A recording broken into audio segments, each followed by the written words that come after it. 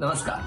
Home minister सासूबाई माझ्या लय भारी co powered by Lifebuoy protection partner Good Knight Gold फ्लॅशच्या या भागात मी आदेश बांदेकर आपल्या सगळ्यांचं मनापासून स्वागत करतो. नवरात्र उत्सवाच्या खूप खूप शुभेच्छा देत असतानाच आता अनुया विश्वेश जोशी या डोंबिवलीमध्ये राहतात. त्यांना बोलतं करणार आहोत. थेट मुंबईमधून डोंबिवलीला जाऊन या कुटुंबाशी संवाद साधणार आहोत. चला सुरुवात करूया आजच्या गप्पांना. पण त्याआधी नमस्कार. नमस्कार. नमस्कार.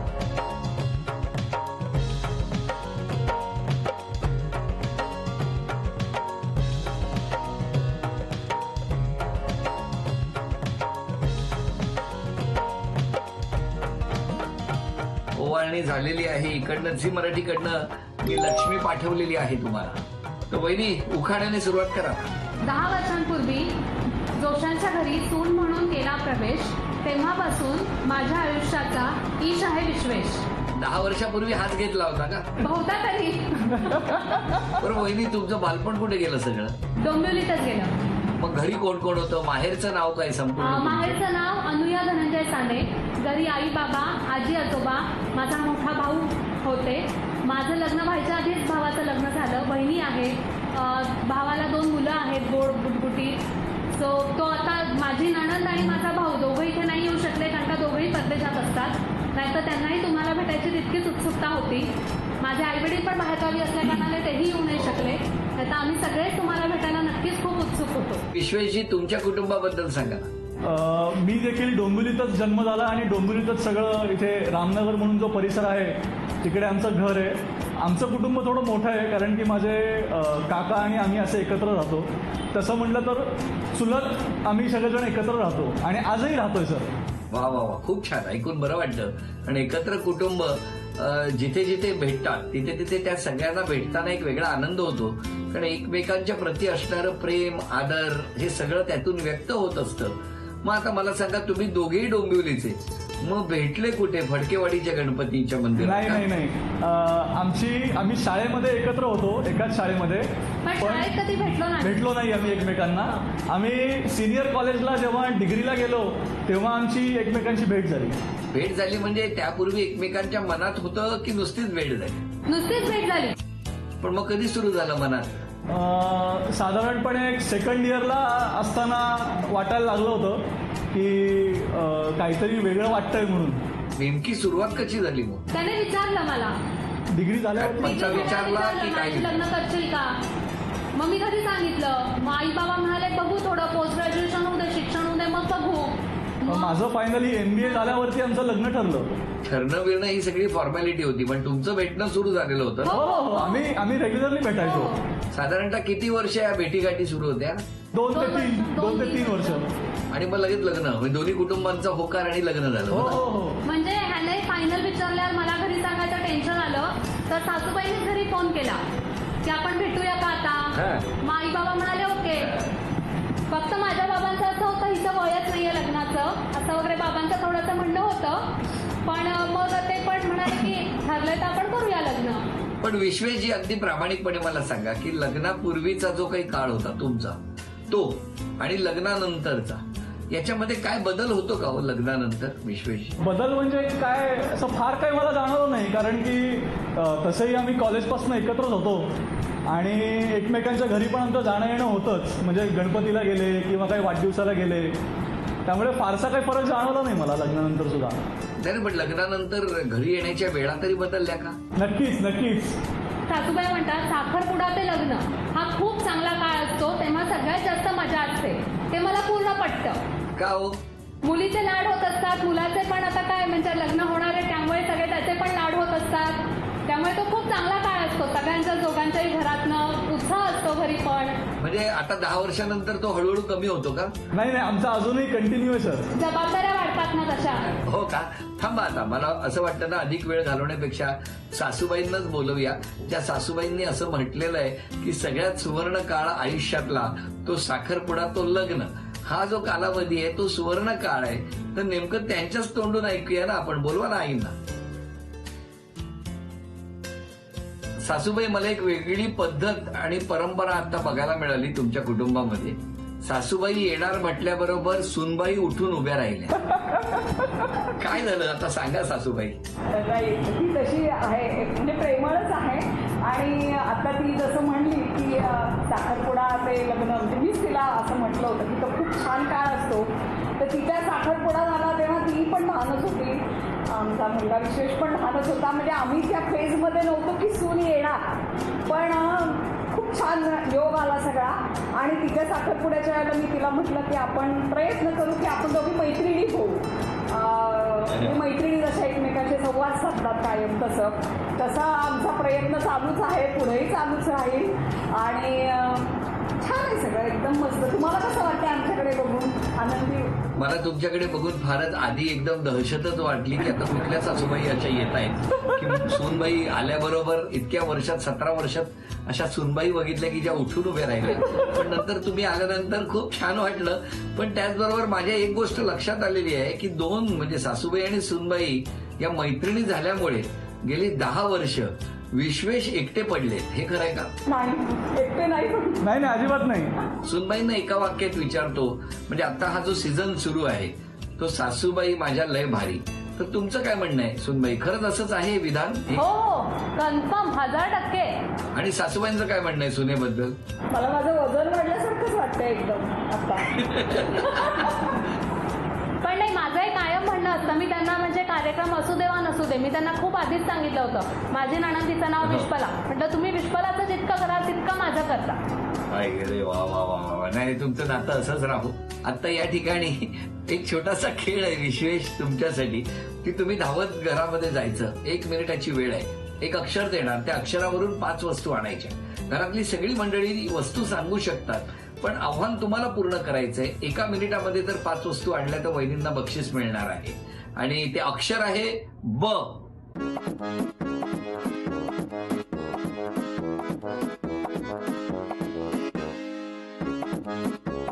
10 सेकंद होऊन गेली.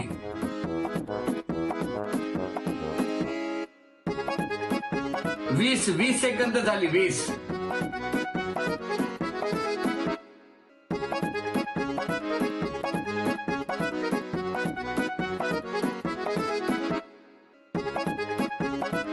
दहा, 9, 8, 7, 6, 5, 4. आणल्या का 5ही वस्तू? यस. तुम्ही सांगा हो काय काय आणलं विश्वेश? बैल आणलाय. बैल थोडा बैल वाटत नाहीये, मुलांनी बैल. खूप रंगवलाय. बटाटा, बॉल, बशी, 2 बॅग. अरे वा, चला अभिनंदन. वहिनी, एक छोटीशी लक्ष्मी या लॉकडाऊनच्या काळात तुम्हाला बक्षीस म्हणून मी पाठवतो आहे. ती 1000 रुपयाची लक्ष्मी मी पाठवली आणि पुढच्या टप्प्यावर सगळ्या कुटुंबाला भेटणार आहोत. सासूबाईंच्या खरंच मनात काही तक्रारी आहेत का, आणि जर कुठल्या सासूबाईंनी एखादी तक्रार केली तर या ज्या सासूबाई आहेत या सुनेची कशी बाजू घेणार? नमस्कार. खूप छान वाटतंय. सगळ्या कुटुंबाला खूप खूप शुभेच्छा आहेत. एकमेकांची काळजी घेत राहा असं म्हणत असतानाच सुनबाईंना विनंती आहे, सगळ्या कुटुंबाची ओळख करून द्या. माझे मिस्टर विश्वेश जोशी, सासूबाई सौ वैदेही जोशी, आजी घरातल्या सगळ्यात सिनियर मेंबर. नमस्कार आजी. गौरी काकू, विश्वेशच्या काकू, त्यांचा चिरोट्यांचा व्यवसाय आहे. कसला व्यवसाय आहे? चिरोटे. बरं, ते चिरोटे थोडे बाजूला ठेवा, कधी डोंबिवलीत आल्यावर. विश्वेशच्या चुलत काकू, नंदिनी आत्या, नमस्कार. विश्वेशच्या आत्या, नमस्कार. माझे सासरे श्रीराम जोशी, नमस्कार. काका ह्यांचे मिस्टर सुनीता काकूंचे, दाहिर काका गौरी काकूंचे मिस्टर, नमस्कार. त्यांचा व्यवसाय आहे. माझ्या मिस्टरांचा पण व्यवसाय विश्वेश बरोबर, आणि दाहिर काकांचा पण व्यवसाय आहे. इक्ष्वाकू माझा धीर, नमस्कार. तो मेकॅनिकल इंजिनियर आहे आणि जॉब करतो. कविता माझी जाऊ, ती वेगवेगळ्या मालिकांसाठी वगैरे लिहिते. सो पुढे मागे नक्कीच तुमची भेट होऊ शकते. आणि माझी मुलगी अवंती जोशी. अवंती, नमस्कार कर. अरे वा, ती आता ज्युनियर केजीत नमस्कार. आहे. खूप छान. आता ना सगळ्यांची ओळख झालेली आहे. सगळं जोशी कुटुंब इथे उभं आहे. आणि अशा वेळेला मला ना सगळ्या ज्या सासूबाई आहेत त्या सगळ्या गेली 10 वर्ष या सुनबाईंना ऑब्झर्व्ह करतायत घरामध्ये. त्यांच्या मनात काही सांगणं असेल, त्यांना जर काही एखादी त्यांची तक्रार असेल, किंवा आमच्या वहिनींच्या भविष्याच्या दृष्टीने बदल करण्यासाठी अमुक एक गोष्ट खटकत असेल तर ती सांगायची आहे. आणि त्याचबरोबर वकिलाचं काम आज करणार आहेत या पुढे बसलेल्या मुख्य सासूबाई. की ज्या त्यांची सुनबाईंची बाजू घेणार आहेत आणि सुनबाईंनी आणि मुलांनी मात्र आता गप्प बसायचंय. चिरोटे सासूबाईंपासून आपण सुरुवात करू. बोला. मी अनुभवाची सुरत सासू विश्वाची राखू. सून माझी चांगली आहे, पण मला तिच्यात एक दोष जाणवतो तो मी सांगते. मूग घेऊन गप्प कसा बसावं हे तिच्याकडनं शिकायला मिळालं आम्हाला. ती कार्यक्रमाला कधीही वेळेवर येत नाही आवडून. हा तिच्यातला एक मोठा दुर्गुण आहे. म्हणजे कार्यक्रम झाला की ती जेवायच्या वेळेत फक्त येते, पण तिचा नशीब इतकं चांगलं आहे की नेहमी तिच्या वेळेत तो कार्यक्रम म्हणजे कार्यक्रमात तिथे उशीर होतो आणि ती तेव्हा पोचते. सासूबाई बोला. आता तिला खूप व्यवधानं सांभाळायची असतात ना. तिची 2 लहान मुलं आहेत, माझा एक मुलगा आहे. असं सगळ्यांना सांभाळण्यासाठी तिला एवढा वेळ लागतो. म्हणजे तुमचं असं म्हणणं आहे की त्यांच्या 2 मुलांना सांभाळणं एक वेळ त्यांना सोपं आहे, पण तुमच्या मुलाला सांभाळणं जरा अवघडीचं आहे. म्हणजे मुलगा आमची तयारी करतो सगळी आवडून. अजून कोण बोलणार आहे? बाकी सगळं छान आहे तिचं, फक्त ती पारंपरिक पदार्थ अजिबात करत नाही. केलं तर कॉन्टिनेंटल. बोला सासूबाई. आता तिला ते आवडतात ना म्हणून ती करते. आणि आम्हालाही आवडतातच कॉन्टिनेंटल पदार्थ. नाही, पण ते पण शिकायला हवेत ना पारंपरिक थोडे तरी. सारखं माझं सावयच करावं लागतं. पारंपरिक पदार्थ आम्ही करतो, कॉन्टिनेंटल पदार्थ तरुण पिढी करते. म्हणजे बरोबर आहे की नाही, सगळं समप्रमाणात. नाही, मला काय नाही, तुम्ही बाजू घ्यायची, मी काही बोलणार नाही. बरं, तिसऱ्या सासूबाई काय म्हणतात तुम्ही? माझं ऍक्च्युली असं आहे की मला एकच मुलगी आहे, त्यामुळे डायरेक्टली डेली सुनेशी इंटरॅक्शन हा प्रकार मला काही नाहीये. त्यामुळे मला या सगळ्या सुना जाम गोड वाटतात. माझी काही तक्रार असेल, पण अनुयाच्या बाबतीत एक आहे ना, ती इतकी तिच्या तंद्रीत असते. म्हणजे मला खूपदा असं ती अशी हा हा हा म्हणत असते. मला असं वाटतं की हिला नक्की पोचलंय की नाही आजपर्यंत. ती कदाचित तिच्याच ट्रान्समध्ये असते आणि मग परत एकदा तिला फोन करायला लागतो. मग ती म्हणजे हा हा हा हो त्या दिवशी तुम्ही म्हणाला होता. असं थोडं काहीतरी आहे प्रॉब्लेम. सासूबाई बोला. आहे थोडंसं बरोबर आहे, थोडंसं आहे. आता कसं दिसत होतं माहितीये का? सासूबाईंच्या चेहऱ्यावरचे एक्सप्रेशन्स असे होते, अरे हे जे मला बोलायचं होतं ते बरं झालं तू बोललीस. मी इतके दिवस बोलू शकत नव्हते, मी स्वतः मूग गिळून गप्पा होते, पण बरं झालं बाई तू तुझ्या तोंडून बोललीस. या सगळ्या तक्रारी सुरू असताना जाऊबाईंचं काय म्हणणं? खूप चांगली आहे ती. मला असं काहीच नाही म्हणजे एकदम. कारण माझ्या घरी माझी बहीण होती, ते इथे आल्यावर मला जाऊ मिळाली. आमचे खूप उशिरापर्यंत गप्पा असतात. मग या 3 सासूबाईंनी ज्या तक्रारी केल्या तो प्रॉब्लेम सासूबाईंचा आहे असं वाटतं का? दिवस पण शेवटी आम्हाला युनियन ठेवून राहायचंय ना. कॉन्टिनेंटल आणि पारंपरिक चाललेलं आहे आता, असं माझ्या लक्षात आलंय. बरं, सासरे बुवांना विचारतो, सुनबाईंबद्दल सासरे बुवांचं काय म्हणणं आहे? ती खूप समंजस आहे. तिच्या परिस्थितीचं भान खूप चांगलं आहे तिला. म्हणजे कुठल्याही प्रॉब्लेमच्या क्रक्स ऑफ द मॅटर म्हणतो ना आपण, तसं तिला पटकन लक्षात येतं की प्रॉब्लेम नक्की काय आहे. दुसरे सासरे बुवा. मुलांना उत्तम रीतीनं सांभाळते, हा तिचा फार मोठा गुण आहे. अजून पुढे तिला नवीन प्रकारची जी गॅजेट्स आहेत त्यांची तिला खूप माहिती आहे आणि ते आम्हाला त्याचं सगळं शिकवते. कारण आम्हाला काहीच कळत नाही, हळूहळू आम्ही प्रत्येक तिच्याकडे शिकतो. आणि दीर कॉन्टिनेंटल पदार्थ खायला आहे. आजी आज आशीर्वाद द्यायचा असेल तर कसा देणार तू? आशीर्वाद काय आहे समजा कायमचा आणि एक गुण तिचा सांगते मी. घरात वयस्कर माणसावर कसं लक्ष ठेवावं आणि त्यांचं सगळं कसं प्रेमाने करावं तर तिच्यापासून शिकावं. वा वा वा वा वा. मला असं वाटतं तिसऱ्या पिढीचं लक्ष पहिल्या पिढीकडे असतं, तेव्हा त्यांच्याकडनं मिळणारा आशीर्वाद हा पुढच्या असंख्य पिढ्यांना पोहोचत असतो. आणि त्या सासूबाई काही बोलतील का, आजी काही बोलतील का असा मला प्रश्न असताना मोजकं बोलल्या, पण इतकं महत्वाचं बोलल्या की सिनियर सिटीजनशी काळजी घेणं आणि त्यांच्याकडे बारकाईने लक्ष ठेवणं आज सगळ्यात मोठी ही गरज ज्या घरामध्ये आहे त्या घरामध्ये संस्कार आणि संस्कृती कधी कमी पडणार नाही असं माझ्यासारख्या एका सर्वसामान्य कुटुंबातल्या मुलाला वाटतं. तर तुमच्या कुटुंबासाठी खूप प्रार्थना. वहिनी, मला माहितीये तुम्हालाही बोलायचंय, पण काही वेळात जरा आधी विश्वेशजींना बोलायला सांगतो. काय म्हणणं आहे त्यांचं, या सगळ्या आरोपांबद्दल काय म्हणणं आहे? हे जे सगळ्या सासूबाईंनी मिळून जे आरोप केले ते मला आरोप वाटतच नाहीत. तुम्ही सुपारी दिली होती का? हे तर प्रेमच आहे, त्यामुळे नाही, मला कळलंय तुम्ही गेली 10 वर्ष नाही तर त्यापूर्वीची 2 वर्ष 12 वर्ष प्रेमात अखंड बुडालेले आहात हे लक्षात आलं. या गप्पा अशाच सुरू राहणार आहेत. पण त्यापूर्वी सासूबाईंनी उत्तम बाजू घेतली सूनबाईंची आणि सूनबाईंना मिळवून दिलेलं एक छोटंसं बक्षीस. आणि ते बक्षीस असं आहे, झी मराठीकडून माझा होशील ना या मालिकेतले रातराणी कानातले विशेष बक्षीस म्हणून तुम्हाला पाठवण्यात येणार आहेत. तुझ्यातल्या सतत तरवळत राहणाऱ्या रातराणीसाठी माझ्याकडून ही छोटीशी रातराणी. ते तू 4 चौघींसारखी नाहीयेस म्हणूनच स्पेशल आहेस ना. देवाच्या पायाशी कुठलीही रंगीत फुलं ठेवली तरी शोभून दिसतात, पण तो मान रातराणीला कधीच मिळत नाही, म्हणूनच ते स्पेशल आहे ना. वहिनी अभिनंदन तुमचं. या गप्पा अशाच सुरू असणार. नमस्कार. बरं, आता मला विश्वेशजींना विचारायचंय सगळ्यात महत्वाचं की आज या सगळ्या आनंदाच्या प्रसंगी वहिनींना एक शब्द द्यायचा असेल तर कुठला देणार? तिला कुठल्याही गोष्टीची कधी कमी पडू देणार नाही हाच शब्द मी आधीही दिला होता आणि आजही देतो तुमच्या समोर.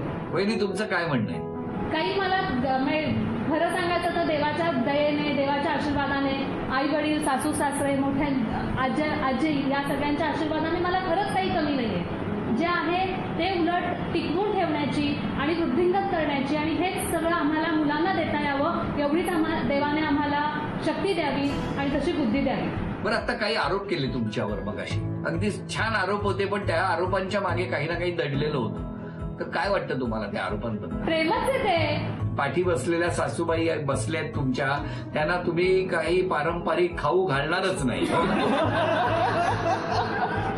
बनवून देतील आणि मग मी देईन. ऍक्च्युली मीच त्यांना बऱ्याचदा सांगते मला चिवडा बनवून द्या. पण त्यांची इच्छा तुम्ही काहीतरी बनवावं ही इच्छा आहे त्यांची. नक्की करेन की, काही हरकत नाही. कुठला कराल पहिला पदार्थ करायचा असेल? गुलाबजामुन. सासूबाई तुम्हाला शुभेच्छा आहेत. केलेच नाही एकदा, चांगले झाले होते आणि माझ्या नंडेला आवडतात म्हणून एकदा केले होते. तुम्ही केले होते, सासूबाईंनी बुंदीचे लाडू म्हणून वाटले, माहिती आहेत का मी काही केलं का माझा भाऊ आणि इकडे माझा दीर नेहमी खातात. काही मला प्रॉब्लेम नसतो. पहिले लग्नाच्या आधी माझा भाऊ खायचा, काही करू दे तो बिचारा आनंदाने खायचा. तसंच इक्ष्वाकू काही केलं तरी बिचारा खातो आनंदाने. पर्याय नाही त्यांना, त्यामुळे ते तरी काय करतील. प्रेम प्रेम बहिणीबद्दल आणि बहिणीबद्दलचं प्रेम, माया. प्रेम प्रेम प्रेम. वहिनी आजपासून स्वतःमध्ये एक बदल करायचा असेल तर कुठला करा? पंक्च्युअलिटी.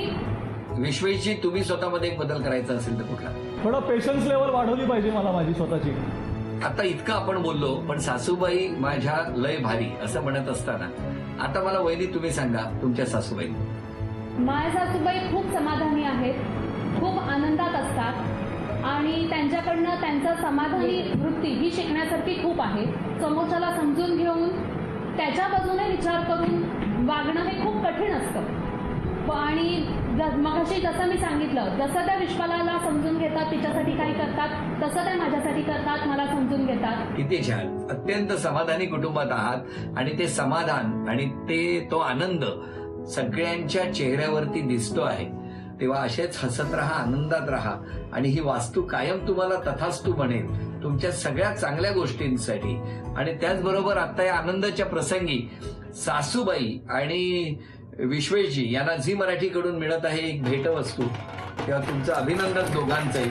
आणि वहिनी, नवरात्र उत्सव सगळीकडे सुरू आहे, स्त्री शक्तीचा उत्सव आहे आणि या कुटुंबाची तुम्ही शक्ती आहात, तुम्ही ऊर्जा आहात. तेव्हा असेच हसत राहा, आनंदात राहा, एकमेकांचा आदर करत राहा असं म्हणत तुम्हाला मिळत आहे तथास्तू पुणे आणि कोल्हापूर यांच्याकडून पैठणीचं कुपन.